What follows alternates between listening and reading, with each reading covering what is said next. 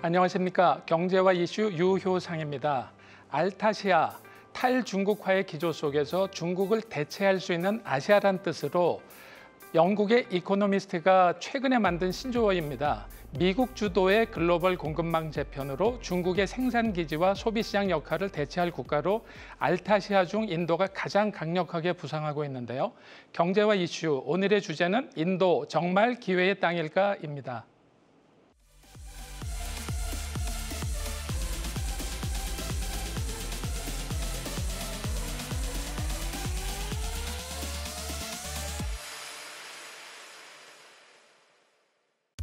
(2023년 1월) 인도 중국 제치고 세계 최대 인구 대국 등극.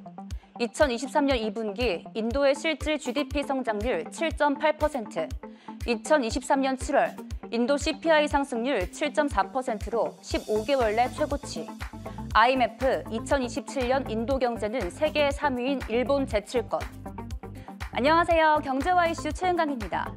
35세 이하 연령대가 전체 인구의 65%를 차지하는 젊고 역동적인 경제시장, 바로 인도입니다.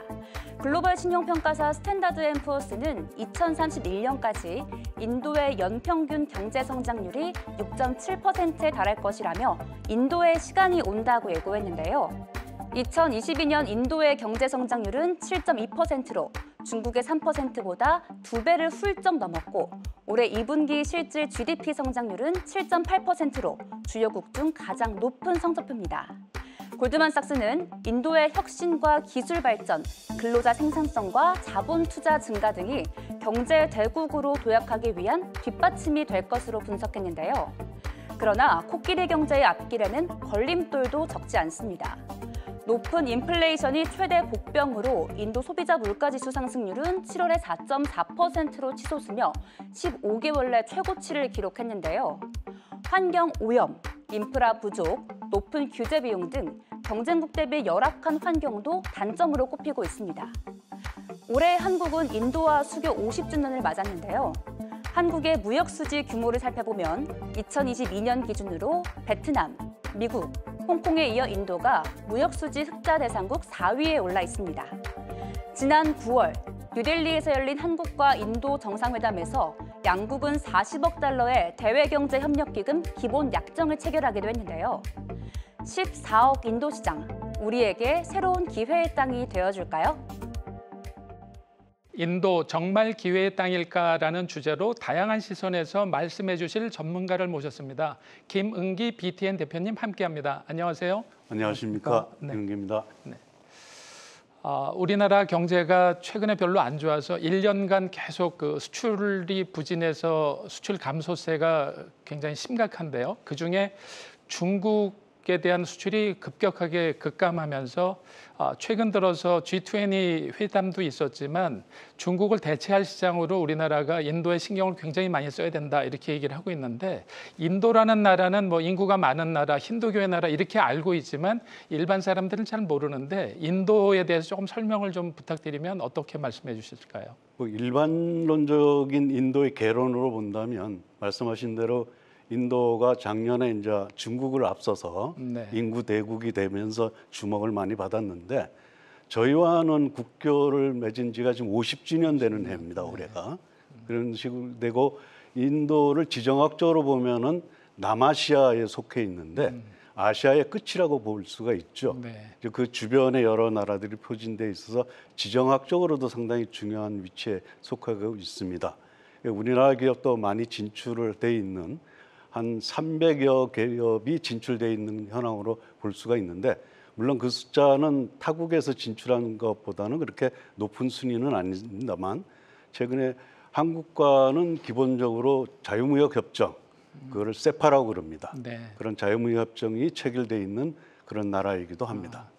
우리가 인도는 굉장히 많이 입에 올리지만 실제로는 인도에 대해서 좀 잘 모르는 게 굉장히 많은 것 같은데요.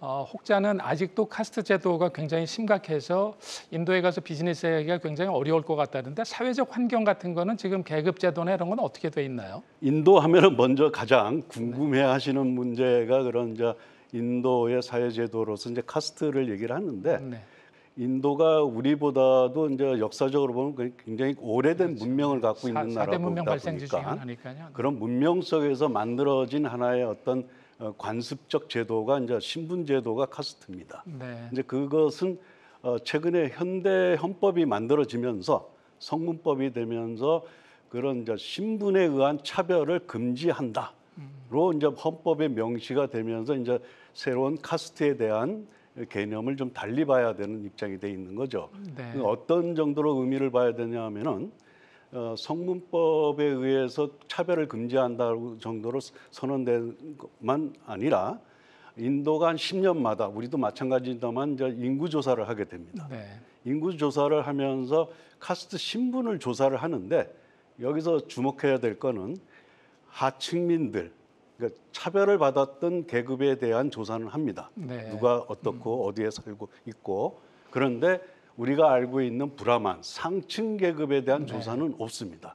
그럼 이 조사를 하는 목적은 뭐냐면 그동안 오랜 세월 동안 차별을 받았던 그런 불이익을 받았던 계층에 대해서 이제 그런 그 권리들을 회복을 시켜주는 그런 것들, 그거를 리저베이션 제도라고 합니다. 네. 그거를 이제 주기 위해서 그 혜택을 받을 계층이 누구냐라는 조사를 한다는 거죠. 네. 그 지금의 카스트는 차별을 위한 제도가 아니라 과거에 있었던 그 차별을 없애기 위해서. 어떻게 회복을 시켜주냐라는 거에 대한 역점이 있는데 아직 물론 저 시골 뭐 좀 더 외진 지역에 갈수록 일부에서는 아직도 그 신분에 대한 의식이 남아 있는 거는 뭐 우리나라가 예전에 양반과 상민이 있었는데 그것이 얼마 전까지 근대화 되기 전까지 좀 남아 있었던 그런 것처럼 좀 더 세월이 지나가야 이 카스트에 대한 그 모든 어떤 그런 것들이 좀 사라지지 않을까. 아직까지는 이제 인도 사람들 사회 속에서 존속되고는 있습니다. 지금 말씀을 들어보니까 경제적인 이런 환경에서는 그런 부분들이 크게 문제는 안 될 것 같이 보이는데요. 인도가 중국을 넘어서서 인구만 많아진 게 아니라 경제 성장률도 금년에도 굉장히 높아졌고요. 예상치는 내년도 굉장히 높은 거로 돼 있는데 인도 경제가 이렇게 급부상하고 성장 동력으로 만들어진 건 어떤 계기가 있을까요? 사실은 인도 경제가 1991년도에 대외 개방을 시작하고 나서부터 꾸준히 상승을 해왔습니다. 그런데 그 상승의 과정에서 신흥 경제국으로 이제 불리면서 2000년도에 들어와서는 이제 브릭스의 한 국가로서 이제 주목을 받았는데 그럼에도 불구하고 중국의 고도 성장에 가려가지고 인도의 한 자릿수의 꾸준한 성장이 주목을 받지는 못했죠.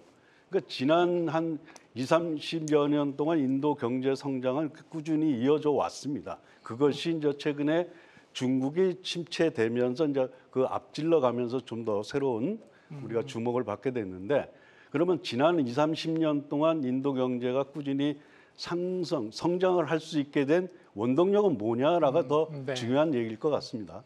그 원동력이 뭐냐에 대해서는 제가 한 세 가지로 한번 정리를 해봤는데 인도는 자원의 국가라는 거죠. 그렇죠. 그리고 인도는 거대한 시장을 갖고 있는데 이 시장이 양적으로 거대할 뿐만 아니라 질적인 변화, 우리가 이른바는 진화하고 있는 시장이라는 면이 주목될 점입니다. 세 번째 점은 인도는 태생적으로 글로벌 환경을 가지고 있다는 것이 굉장히 남다릅니다. 자원을 가진 나라도 많지만 시장을 가진 나라도 많지만 그럼에도 불구하고 이 인도가 가지고 있는 태생적 글로벌 환경을 가진 나라는 참 드문데 인도는 이 세 가지 요인이 꾸준하게 성장을 지탱해 올 수 있는 배경이 될 수가 있습니다. 그런 차원에서 보면 작년에 이제 발표난 거 보면은 영국을 누르고 그 GDP 순위를 5위다 그러고 앞으로 한 5년 정도 지나면은 3위가 될 것이다. 뭐 그런 전망들도 나오고 있는데요.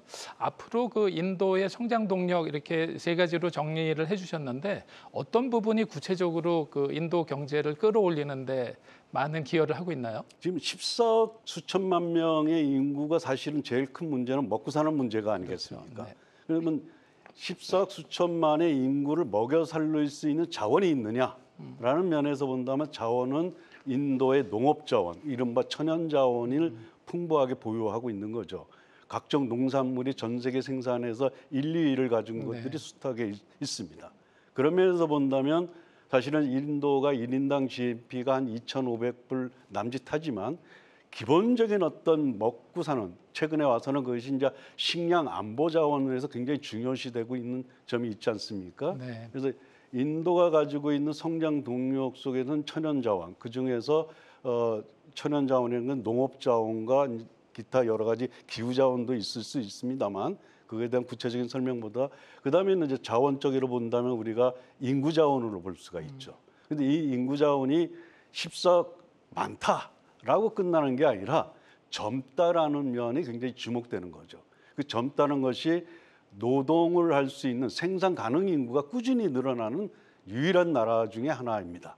그런데 이제 그런 거를 그 선진국에 있는 전문가가 조금 그 상대적으로 비판을 해놓은 거가 있었던데요. 아, 네. 젊은 그 친구들이 많은 반면에 이 청년 실업률이 굉장히 높아서 이게 사회 문제다. 또 하나는 그 젊은 친구들이 학력이 높아지는데 고학력 실업률도 굉장히 높아진다.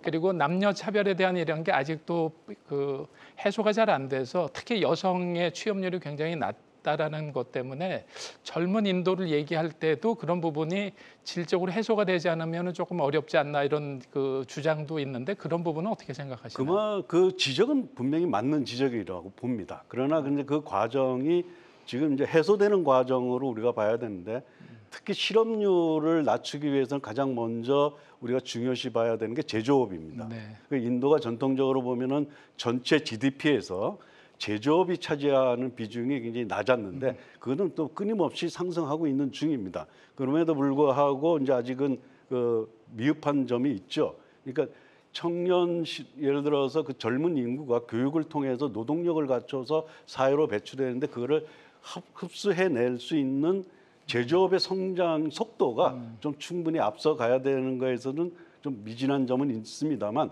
꾸준한 성장 과정 속에서 그러한 것들은 흡수가 여전히 되고 있고 그다음에 이제 서비스업의 발전이 좀 인도가 앞서고 있습니다. 네. 근데 그 서비스업의 발전을 제조업의 발전에 비해서 좀 경시하는 풍조가 있는데 여하가나 실업률과 전체적인 어떤 노동력이 소득 인구로 변해가는 과정에서는 중요한 역할을 할 수가 있습니다. 이제 그 서비스업을 비롯하는 여러 가지가 있는데 그 중에 우리가 꼽을 수 있는 IT 산업도 사실은 인도에서는 서비스업 정도 들어가는데 네. 굉장히 많은 인구를 끌어들이면서 또한 여기서 중요한 거는 거기서 고소득을 보장하는 겁니다. 네. 과거의 전통적인 제조업이 해주던 급여보다도 훨씬 심지어 10배, 20배 가까운 고소득을 만들어주는 것도 우리가 눈여겨볼 만은 합니다. 그런 차원에서 그 모디 총리의 정책이 그 제조업을 우선한다, 글로벌을 개방한다 여러 가지 그 긍정적인 평가를 많이 받고 있는데 지금 그 인도 모디 정부가 그 주장하고 있고 밀고 있는 이런 정책은 경제 정책은 주로 어떤 것들인가요? 대내 정책과 이제 대외 정책으로 우리가 구분해서 볼 수가 있는데 사실 우리 입장에서는 그 인도 정부가 갖고 있는 대외 정책, 특히 경제에 있어서 어떠한 면이 있는지가 주목돼야 될 것이라고 봅니다. 그 중에서 가장 저거한 거는 외국 기업의 투자를 개방을 굉장히 많이 적극적으로 하고 있습니다. 굉장히 개방의 폭도 최근 들어서 뭐 100%도 할 수 있다 이런 얘기가 그렇죠. 들리고 있는데요. 심지어는 농업 부분까지도 개방을 100%로 했다는 것은 굉장히 혁신적인 얘기입니다. 왜냐하면 이제 인도의 농업이 GDP에서 차지하는 비중이 높은데 반면에 인도의 농업 생산성이 글로벌 평균에 비해서 훨씬 못 미칩니다. 이제 그 생산성을 끌어올리기 위해서는 외국의 영농 기술이라든가 예를 들어서 농업 생산 이후의 가공 기술이라든가 그런 면을 유도하기 위해서 혁신적으로 100% 외국인 지분을 허용하는 그런 식의 개방을 했는데 이 모디 정부가 갖고 있는 대외 경제 외국인 투자에 대한 그 정책은 거대한 시장을 내어준다. 그런데 들어와서 하라. 그것을 우리가 메이크 인 인디아라는 정책입니다. 이제 그런 면들이 우리나라 최근 인도에 진출한 한국 기업들이 현지에 공장을 세우고 공장을 세울 뿐만 아니라 그 주변에 서플라잉 어떤 우리가 공급망까지도 인도로 옮겨가면서 그 안에서 제조업의 현지화를 이루어가는 과정도 인도 정부의 정책에 부응해가면서 같이 성장해 가려는 모색이라고 볼 수가 있습니다. 어떻게 보면 미국이 최근에 뭐 IRA 얘기하는 거랑 마찬가지로 인도가 개방은 하되 인도 땅에서 좀 했으면 좋겠다 이런 정책인 모양이네요. 맥락이 아니겠습니까? 그 트럼프 대통령이 나오면서부터 아메리카 퍼스트를 주장했는데 그 비슷한 시기에 나온 게 이제 메이크 인 인디아고 최근에 와서는 모디 정부가 그거를 이제 네이션 퍼스트 국가 먼저 하는데 그것이 내부적인 거고 대외적으로는 이제 들어와서 모든 거를 그런 면들이 이제 관세 정책이랑도 많이 맞물려 갑니다. 지금 그 모디 정부가 이제 그 임기가 1년 정도밖에 채 안 남은 것 내년에 같은데요. 총선을 다시 한번 해야죠. 그래서 이게 만약에 혹시나 정권이 바뀌게 되면은 그 대외 정책 같은 게 바뀌지 않을까 이런 우려도 갖고 있는데 그런 차원에서 인도는 나름대로 정권이 바뀌어도 그 정책의 영속성을 가지고 있다 이런 얘기들도 많이 하는데 그건 어떤 이유인가요? 그 맞는 말씀입니다. 정확한 지적이시고요. 어떤 면은 그런 면들이 인도를 리스크적인 측면에서 안정적 측면으로 볼 수 있는 가장 큰 포인트일 수가 있습니다. 인도가 91년도 경제 개방을 해서 2023년 지금까지 정권이 바뀐 거가 6번 있습니다. 그러니까 단순히 어떤 수반이 바뀐 게 아니라 정당 자체가 바뀌어갔는데 그러면 정당이 바뀌면 예를 들어서 보수당에서 좀 개혁당이라든가 그런 어떤 정당 색깔이 있지 않겠습니까? 그러나 경제에 있어서 정당이 바뀌어도 정권이 바뀌어도 방향은 한 가지였습니다. 그거는 예를 들어 그로스, 성장을 누구도 포기한 정권은 없고 성장을 뒤로 미룬 정권은 없었습니다. 네. 최근에 이제 미중 간의 갈등이 생기면서 미국이 인도에다가 직접 투자 금액을 굉장히 많이 늘렸습니다. 한 2~3배 정도 최근에 끌어올렸는데 우리나라는 지금 어느 정도 진출이 돼 있고 우리나라 상황은 어떤가요? 그런 면에서 보면은 우리가 거대한 시장 인도라는 걸 두고 볼 때 한국의 경제적인 어떤 인도와의 관계는 과거보다도 좀 떨어진 면이 많습니다. 오히려요. 예. 네. 우리가 이른바 우리나라 굴지의 기업들 삼성, 현대, 기아, LG 이때가 초창기에 90년도 후반에 들어가면서 2010년도까지만 해도 그때까지만 해도 한국 기업의 인도의 진출은 그 정도와 투자의 정도는 순위권에 들어갔습니다. 여기서 순위권이라는 건 한 10위 이내의 군위에 들어갔는데 최근에 와서는 그 통계에서 사라졌습니다. 그거는 이제 상대적으로 다른 나라가 많아져서 그런 그렇죠. 건가요? 뭐 인도에 우리가 그걸 안 하고 더 줄어든 게 아니라 다른 그로스가 다른 나라에서 투자가 많아진 거. 예를 들면 제 기억에는 한 2008년도로 알고 있는데 2008년도에 일본의 경제 관료가 쓴 책이 하나 있습니다. 그 책에서 한국을 본받아서 인도로 가자라고 일본 기업들한테 독려한 게 2008년도 그 저서에서 나왔는데 지금은 그 상황이 역전이 돼 있어서 한국 기업이 뭐 일반 자영업 소규모까지 다 합쳐서 한 300개에서 한 400개 기업의 현지 진출로 우리가 통계를 하고 있는데 그에 비해서 일본의 인도 진출은 한 10배 정도 됩니다. 그리고 분야별로도 그렇고 진출한 지역의 분포도 저희 같은 경우는 특정한 3~4개 지역에 국한되어 있는데 일본 기업의 인도 진출은 산지사방으로 흩어져 있다는 거죠. 인도가 앞서 소개해서 빠졌습니다만 28개 주가 구성이 되어 있는 연방공화국 아니겠습니까? 네. 각 주마다 경제적 어떤 색깔과 드라이브하는 정책이 약간씩 다른데 일본 같은 기업은 그 모든 주에 거의 많은 주에 골고루 분포되면서 각 주의 특성에 맞는 나름대로의 경제 활동을 하고 있는데 저희 같은 경우는 대기업이 들어간 지역을 중심으로 국한되어 있다 보니까 좀 규모가 좀 제한적입니다. 아무튼 우리가 지금 타 국가에 비해서 인도가 가지고 있는 글로벌 경제의 의미에 비해서는 진출의 규모와 어떤 그런 정도가 낮다고 볼 수가 있습니다. 그리고 우리나라는 인도에 진출할 때 인도 시장 규모가 크니까 대부분 아까 말씀 주신 대로 제조업 기반의 그린필드 투자가 굉장히 많이 됐는데 그게 우리나라 대기업들이 가서 거기에 뿌리를 내리고 이미지를 개선하는데 성공 사례를 대기업에서 들어주신다면 어떤 것들이 좀 있을까요? 일단 그 대기업의 초기 지출 과정을 보면 그 중에 하나 예를 본다면 현대자동차의 인도 진출의 역사를 우리가 한번 돌아볼 필요가 있습니다. 초창기에는 한 10여만 대의 조립 공장이었죠. 그것이 한 30만 대로 규모가 늘면서 다시 한 60만 대, 지금은 이제 80, 한 7만 대 거의 한 그리고 이제 그와 동시에 기아 자동차 30만 대에서 100만 대가 넘는 인도 현지에서 조립이 아니라 제조의 단계로 오는데 이 제조의 단계에서 우리가 또 들여다봐야 될 거는 부품의 어떤 공급망의 현지화가 많이 이루어졌다는 겁니다. 그 공급망의 현지화를 이루는 과정에서 한국 중소기업의 1차 벤더, 2차 벤더, 3차 서비스까지 현지 진출이 굉장히 많이 일어난 거를 우리가 그걸 이른바 이제 동반 진출에 대한 과정으로 얘기할 수가 있겠죠. 이제 그런 면에서 본다면 삼성도 그렇고 LG도 그렇고 그러한 과정에서 한국 중소기업의 인도 진출의 교두보 역할을 해준 거는 분명한 역할이 있고 그러한 점에서 안정적으로 한국 중소기업들이 외국에서 인도의 어떤 나름의 척박한 환경에서 어떤 자립을 해갈 수 있는 토대가 되었죠.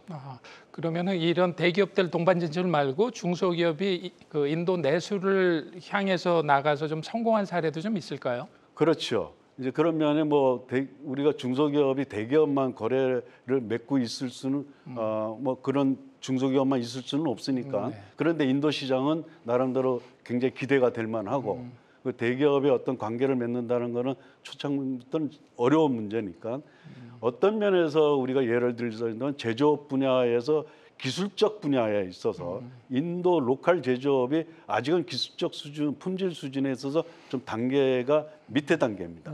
그런데 이제 거기서 완성 제조 기업들이 다국적 기업부터 여러 기업이 들어갔는데 좀 더 고품질의 서비스, 제품을 요구를 하지 않습니까? 이제 그러한 면에서 갭이 생긴 거죠. 그래서 한국의 그러한 기술력을 가진 기업들이 그런 틈새 시장을 노리고 들어가서 물론 시간 경과는 필요했습니다만은 많은 이제 여러 성공 사례를 보이고는 있습니다. 김 대표님 말씀 주실 때 일본은 인도 전역에 28개 주정부에 골고루 잘 퍼져 나가 있다고 그랬고 우리나라는 대도시 주변으로 몇 군데 편중됐다고 그렇게 말씀을 해주셨는데 보통은 해외 진출할 때 인프라를 근간으로 해서 움직이게 되는데 인도의 인프라는 지금 어느 정도 수준인가요? 전 28개 정부를 다 커버할 만큼 인프라가 충분하게 돼 있나요? 인프라의 어떤 구비 정도는 각 주마다 사정이 좀 틀립니다. 물론 이제 국가 전체에 대한 인프라는 중앙정부에서 계획을 세워가지고 추진해가고 그러한 면에 있어서는 많은 개선이 일어나고 있습니다. 그 중에 한 가지 우리가 중요하게 봐야 될 거는 이제 인프라가 이제 물류와 이제 이동과 물류를 이제 우리가 봐야 되는데 항공 인프라 같은 경우에는 굉장한 성장의 개선의 지금 단계에 이르렀습니다. 인도 전체에 한 120여 개의 도메스틱 국내 공항이 완공이 돼서 항공망이 다 완공이 돼서 많은 사람들의 물적, 인적 이동이 굉장히 편리하게 됐다는 거죠. 저도 인도 출장을 자주 다닙니다만 요즘은 인도 국내선이 거의 만석입니다. 이 말은 특별한 사람이 타는 항공 이동이 아니라 모디 정부가 보통 사람이 이용할 수 있는 항공망을 구축한다는 정책이 이제는 완성이 됐고 지금 그 다음으로 벌리고 있는 게 철도 인프라입니다. 인도 전체에 한 508개의 기차역의 현대화 작업을 이제 착공을 했습니다. 이것이 항공의 예로 본다면 곧 조만간에 완료가 된다면 이동의 어떤 인프라가 확정이 되면서 또한 물류에 대한 인프라가 완공이 된다는 거죠. 이게 전반적으로는 그렇고 각 주마다 이제 산업의 정책에 드라이브하는 거에 따라서 어떤 산업 인프라를 갖춰갑니다. 예를 들어서 산업 단지를 만든다든가 산업 단지를 위한 전력망 공급이라든가 그런 것이 제한적인 범위 안에서지만은 인프라의 개선은 끊임없이 일어나고 있습니다. 물론 그리고 전체적인 인프라는 아직 좀 여지가 많이 있습니다. 우리나라 기업들이 관심을 갖고 진출한다 그러면 어떤 부분들을 좀 주의 깊게 살펴야 되고 인도가 가지고 있는 컨트리 리스크가 있다 그러면 어떤 게 좀 유념해야 될 것 같으세요? 아직도 인도의 비즈니스 환경이 글로벌 스탠다드를 미치지 못해 있다는 점이죠. 그렇기 때문에 저희가 인도에 진출하면서 기업들의 어떤 인도를 대하는 마인드라든가 그런 태도가 우리나라에서나 가졌던 또는 혹은 중국이나 베트남에서 우리가 누려왔던 우리가 경험했던 그런 것들을 인도에서 그대로 기대한다기보다도 인도가 가지고 있는 인디아 스탠다드를 우리가 이해하고 그걸 어느 정도까지 수용할 수 있느냐라는 자세로 접근한다면은 이러한 것들이 리스크로 작용한다기보다도 그러한 과정을 겪은 기업들한테는 후발주자가 들어오는 거에 대한 프로텍트, 보호막이 오히려 될 수 있다. 그런 점에서는 좀 달리 생각을 해볼 필요가 있을 것 같습니다. 인도 정말 기회의 땅일까라는 주제로 인도 시장의 장단점과 한국 기업의 기회 요소에 대해서 다각도로 진단해 봤는데요. 인도 시장에 대한 차별에 대한 인사이트를 주신 김은기 BTN 대표님께 다시 한번 감사드립니다. 감사합니다. 감사합니다. 네. 인도 건국의 아버지로 불리는 마하트마 간디는 세상을 바꾸고 싶다면 우선 자신부터 바뀌어야 변화를 이끌 수 있는 에너지를 갖게 된다고 말했는데요. 글로벌 핵심 시장으로 급부상한 기회의 땅 인도에서 여러분들이 희망하는 변화의 기회를 만들어 보시길 바랍니다. 지금까지 경제와 이슈 유효상이었습니다. 감사합니다.